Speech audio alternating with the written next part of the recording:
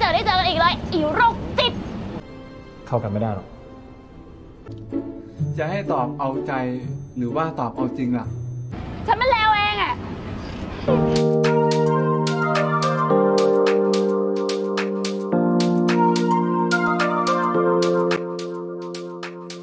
Bermula dari pertemuan tak terduga di dalam bus antara Sa, gadis berusia 25 tahun, dengan Bes yang notabene adalah seorang anak SMA. Hari itu, Sa pulang dari kantor dengan bus umum. Setelah menanti sekian jam, akhirnya bus yang ia tunggu pun datang. Pertemuan pertamanya dengan Bes cukup menjengkelkan. Bes yang pulang lama dari sekolah, akhirnya tertidur di bahu Sa yang tepat duduk di sebelahnya. Malam itu Sa sedang nongkrong dengan teman-temannya, tiba-tiba muncul seorang pria. Dan pria ini tidak lain bagi Sa. Pria itu bernama Om, yang tak lain adalah pria yang pernah ia kagumi saat masih sekolah. Ia masih tetap mempesona, bahkan Sa masih mencintainya. Terbukti saat Om mendekati dan meminta nomor HP-nya, Sa dengan mudah memberikan. Momen langka itu terngiang-ngiang di benak Sa. Bahkan saat ia pulang kerja, ia sampai terbayang-bayang sedang bersama dengan Om. Dan sialnya, tiba-tiba bus merem mendadak karena ada kecelakaan. Dan tanpa sengaja, Sa memberikan ciuman pertamanya kepada pria yang duduk tepat di sebelahnya. Dan dia adalah Bes, anak SMA yang pernah tertidur di bahu Sa. Gadis berambut panjang itu akhirnya tersadar dan merasa panik. Ia segera bangkit dari tempat duduknya dan menuduh Bes telah memanfaatkan situasi. Tentu saja hal ini membuat Bes merasa kaget. Ia pun membalas tuduhan Sa dengan menyadarkan bahwa Sa yang berusaha untuk menyodorkan wajahnya ke arah Bes. Adu mulut pun terjadi di antara mereka. Hingga akhirnya Sa turun dari bus dan kembali ke apartemen miliknya.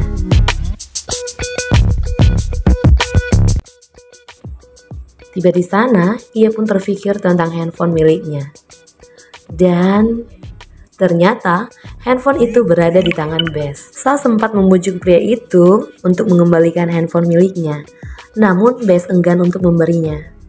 Keesokan harinya, Bes yang tengah sibuk belajar mendengarkan namanya dipanggil ke ruang BK. Ia kebingungan. Aku ada salah apa ya, pikirnya.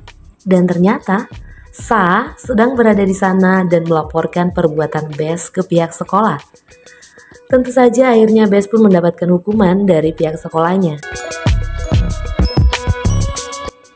Wanita berusia 25 tahun ini pun merasa bersalah kepada Bes. Lalu ia mengajak Bes untuk makan di pinggir jalan sebagai tanda maafnya. Kencan pertama mereka cukup membuat Bes penasaran dengan sosok Sa. Ia sampai mengikuti Sa yang sedang ngedate dengan kekasih barunya, Om. Hal itu benar-benar membuat Sa kesal dengan Bes. Selanjutnya, Bes berusaha untuk mengajak Sa kencan.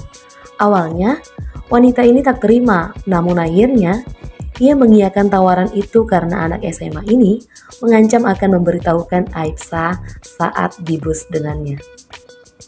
Hari kencan tiba, Bes cukup kaget dengan fashion wanita ini.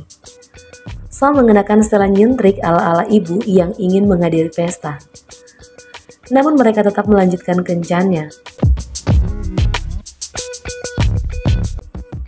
Saat tiba di mall, Sa kena mental saat anak-anak gadis di mall menganggap ia adalah ibu dari Bes. Dan Bes hanya bisa tersenyum saat Sa terlihat malu. Dan poin pentingnya tiba. Saat Bes menunjukkan satu rahasia penting yang harus diketahui oleh Sa. Ya, Om, pacar Sa sedang kencan dengan wanita lain.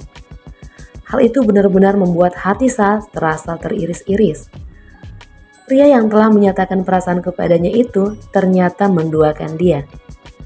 Akhirnya Sa mengetahui bahwa Om akan segera menikah dengan wanita itu, dan ya, Sa hanya berperan sebagai selingkuhannya. Singkat cerita, akhirnya Bes, si anak SMA, diam-diam jatuh hati kepada Sa. Ia berusaha menuruti permintaan Sa untuk berpura-pura menjadi pacarnya dan menutupi statusnya sebagai seorang pelajar. Hingga akhirnya Bess mengungkapkan perasaannya kepada Sa dan mereka pun jadian. Pada awalnya, teman dekat Sa percaya bahwa Bess adalah pekerja kantoran dengan penampilan Bess yang terlihat mengenakan kemeja rapi setiap kali bertemu dengan Sa. Namun akhirnya kebohongan itu pun terbongkar saat salah satu teman dekat Sa melihat postingan teman sekelas Bess. Kedua sahabat itu pun menasehati Sa bahwa akan mustahil jika mengharapkan keseriusan dari pria yang masih duduk di bangku sekolah. Sedangkan Sa sudah cukup matang untuk menikah. Pencerahan dari kedua sahabatnya itu pun membuat Sa jadi overthinking. Ia pun akhirnya menceritakan hal ini kepada kekasihnya Bess. Bess, si anak SMA yang terpaut 8 tahun lebih muda darinya itu, mampu meyakinkan Sa bahwa ia akan tetap memilih Sa untuk dijadikan istri.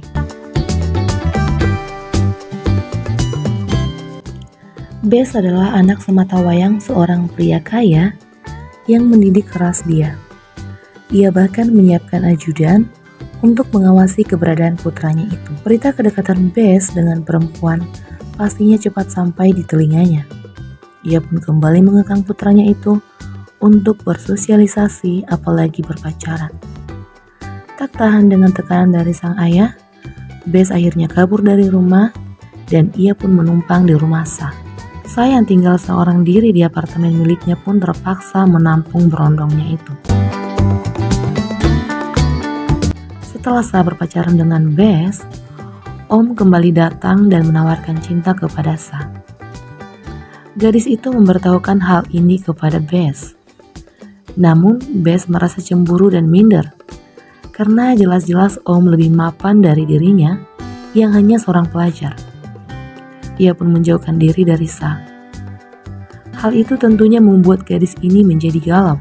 Kedua sahabat Sa mendukung kedekatan Sa dengan Om. Hingga akhirnya saat Sa dan Om sedang makan di luar, Sa menyadari bahwa pria itu masih sayang dengan mantan istrinya. Dan ia pun jujur bahwa ia juga masih memikirkan mantan kekasihnya yaitu Bess. Dan mereka pun memutuskan untuk menjadi teman saja. Sebagai ucapan terima kasih On, ia mengajak Sa dan kedua sahabatnya itu untuk menghadiri suatu acara. Malam itu Sa, Om, dan kedua sahabatnya datang ke sebuah bar. Tanpa ia ketahui bahwa Bess dan teman-temannya juga sedang ada job di sana. Mereka mengenakan topeng agar tidak dikenali oleh mata-mata ayah Bess. Di tengah-tengah acara, pihak bar memberitahukan bahwa ada sayembara untuk memperebutkan ciuman dari aktor tampan. Jane, teman dekat Sa yang merupakan seorang waria, ikut dalam sayembara itu dan ia memenangkan sayembaranya. Namun si aktor menolak untuk dicium oleh pria.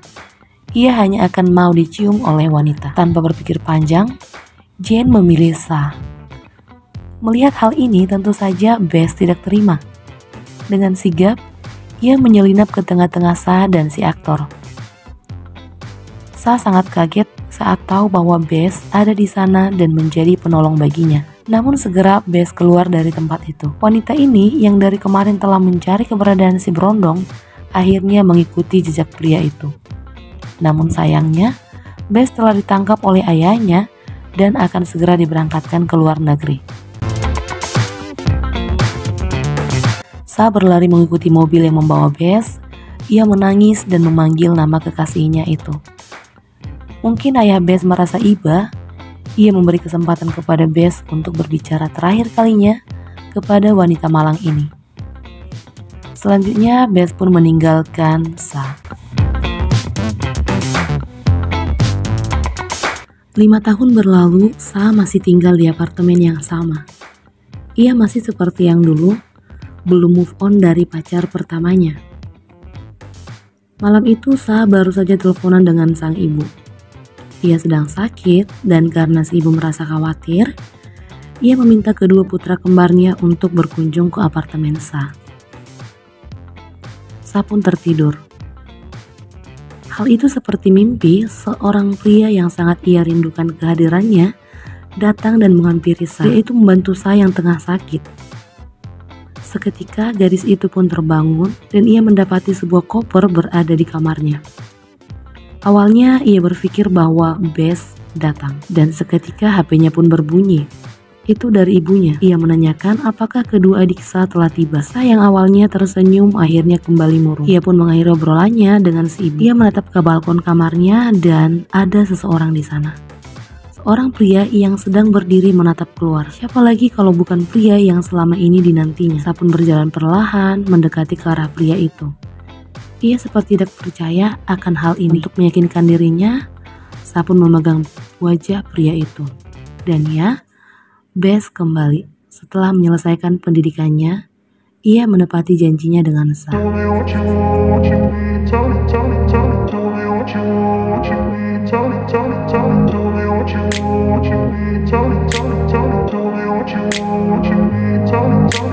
grew up in a place where they told you what to chase, told you how to run the race. Every move was on the page, but I didn't like their way. Had to fight and misbehave, had to find a way to change, had to leave to find my way. Caught up in a daydream, I beat my mind up there almost daily. It's how I pass time, no opinions safely. It's how I understand what I want in this place, see. Cause everybody wanna tell you bad things, what could go wrong, what fame brings, but